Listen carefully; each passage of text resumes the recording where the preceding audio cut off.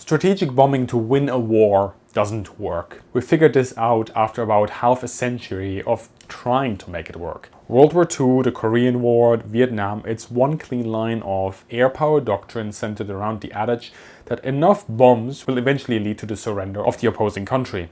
Except that that never happened. Get 25% off the Naval Institute Press, today's sponsor. More information in the video.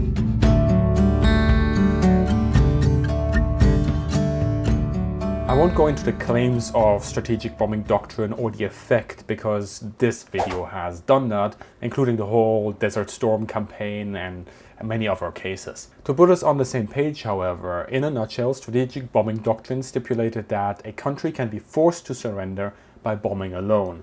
Forced to surrender is different than having its military capabilities reduced by attacking key nodes within the enemy's defenses or infrastructure. As we know now, bombing can do the latter, but not the former. To make it short, we need to separate strategic effect from strategic victory to understand the value of air power. And it is this difference that took more than half a century to be realized. But even today, strategic effect and strategic victory are still often conflated. Take, for example, the bombing of Germany or the use of the atom bombs over Japan in World War II. The bombing onto Germany and Japan, minus the atom bomb, helped reduce the military capabilities of both nations, but strategic bombing advocates framed the war as a victory of strategic air power. As we know now, neither the bombing campaign over Germany or Japan delivered this result. For example, Japan had been subject to very heavy bombing before the atom bomb. It did not surrender. It is the atom bomb plus other factors that changed things, not the strategic bomber in itself. So why did we then stick with this idea?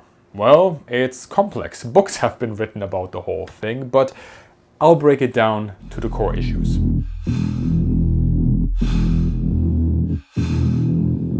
Ever since World War I, a discussion raged whether an air force should be an independent force or subordinate to the army and navy. Typically, we get pulled into the details, the different applications of air power on both the tactical, operational, and yes, also the strategic level. But beyond that lies the question, if an air force is to be independent, it needs to justify why it must be independent. And can it do so irrespective of its mission set? For air theorists, the advent of air power presented a paradigm shift that did away with the old truths of warfare. The narrative of the aeromaniacs often went as follows. For hundreds of years, if you wanted to compel another kingdom or state to change its political military behavior once and for all, you had to pressure it indirectly. Your army had to collide with, knock down, and attrite or defeat an intervening defensive force. Needless to say, this time-honored method typically wasted time, treasure, and lives. Instead of relying upon indirect and outside-in methods to compel others, why not use air power to work from the inside out and strike opponents directly? In short, instead of clashing armies, air power would strike the vital organs of a nation and thus prevent its ability to wage war. It is worth noting that much of this discussion came with a severe World War I hangover, an experience of attritional trench warfare no one wanted to see a repeat of. With some variants, this sort of thinking existed in all air forces, even those that were not independent yet, as the example of the United States Army Air Corps shows. On the 2nd of July 1926, the US Congress passed the Air Corps Act.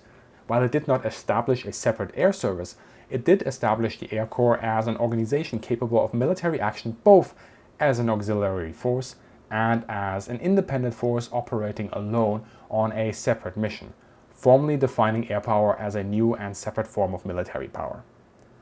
Amongst air power theorists, the drive to establish an independent branch to be separate from the Army or Navy rested on a self-made promise that air power would not just substitute them, but rather change the nature of warfare. It is important not to conflate mission sets with warfare as a means to an end here.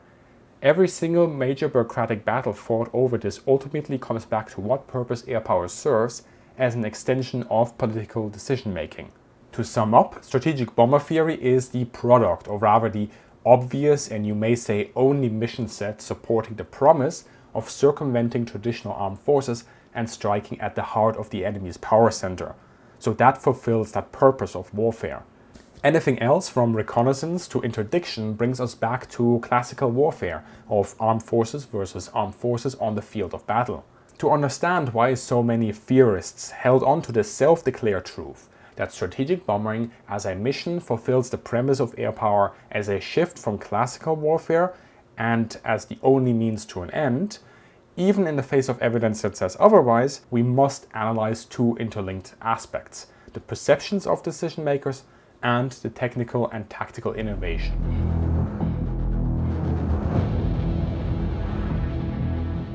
Let's start with the perceptions of decision makers. I can talk a lot about how their ideas were formed, but I actually already have a video on that, so just watch that one. So I'd rather really talk about how air theorists interpreted the facts that they were confronted with in a manner that, well, suited them.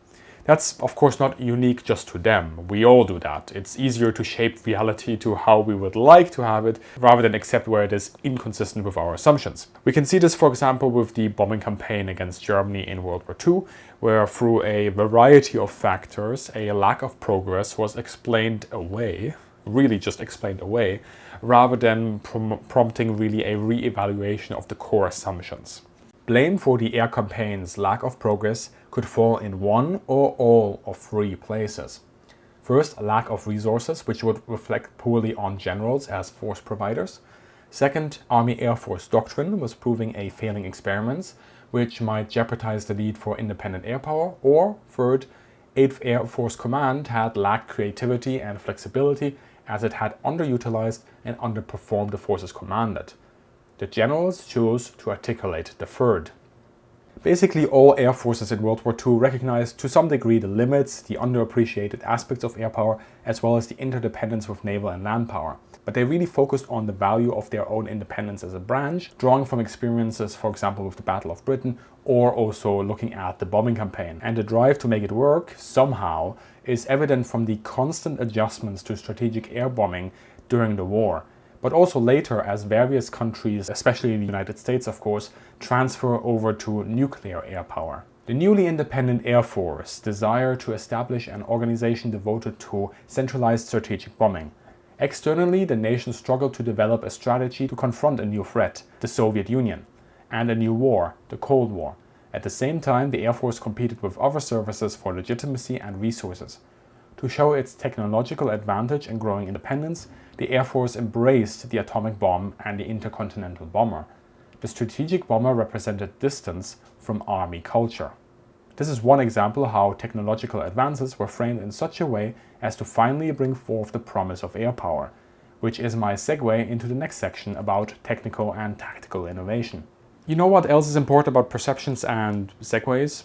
Being exposed to them so you can form your own opinion. So that's why my today's reading recommendations are the following. First up, and this one is fresh off the press, in fact so fresh off the press that I only have the advanced review copy. It is of course Air Power Pioneers, edited by John Olson. Air Power Pioneers gives you a fantastic introduction into the lives and the convictions of some of the most important air power proponents of the 20th century. So if you want to understand the men that made these decisions and what sort of things shaped their opinions, this is the book you want to turn to. And of course, if you're interested in understanding how the United States turned towards strategic bombing and then also carry that on into the nuclear age, I can highly recommend the following two books. Of course, The Origins of American Strategic Bombing Theory, straightforward title there here by Craig Morris, and of course Always at War, also by Melvin Deaile.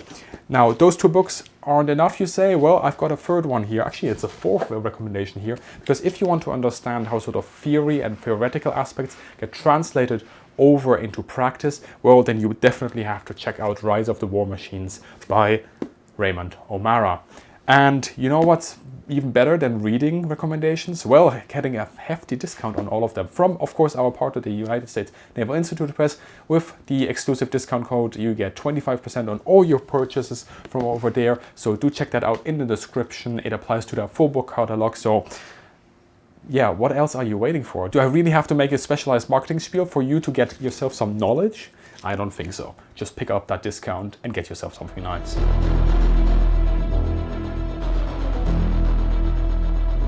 So I already talked about the perceptions of decision makers, and that's sort of the high level stuff, right? How do you interpret the data you get and coalesce it with your aims?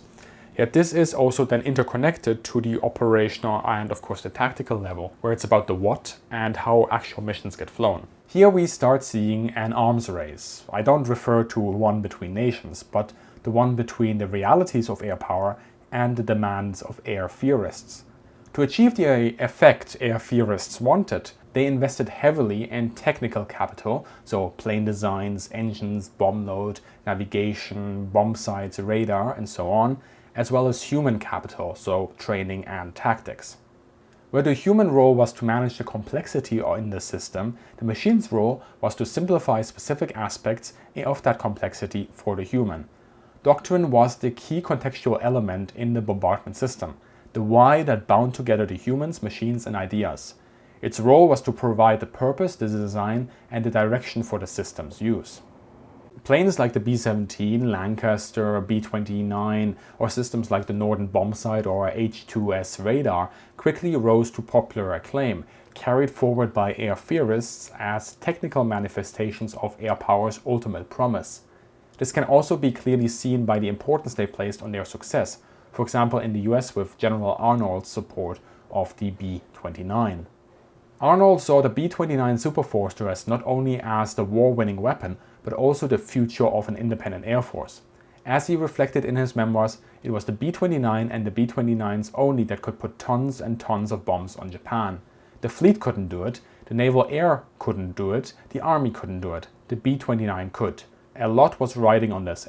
And let's make no mistake, the introduction of technical and tactical solutions from new bomb sights, radar, lead bombardiers, and so on certainly improved the capabilities of strategic bombing force. However, when the core assumptions on which these very rational improvements are based on are, in lack of a better word, incorrect assumptions, then any change will ultimately fall short of the desired success. Instead, they become a way to rationalize temporary shortcomings that will simply be overcome by the next big change.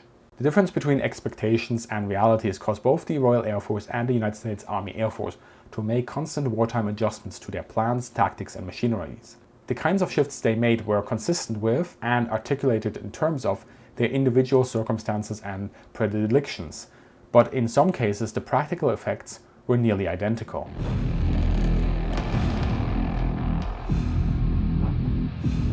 There are many ways to rationalize shortcomings in air power without questioning the core tenet that air theorists had laid out.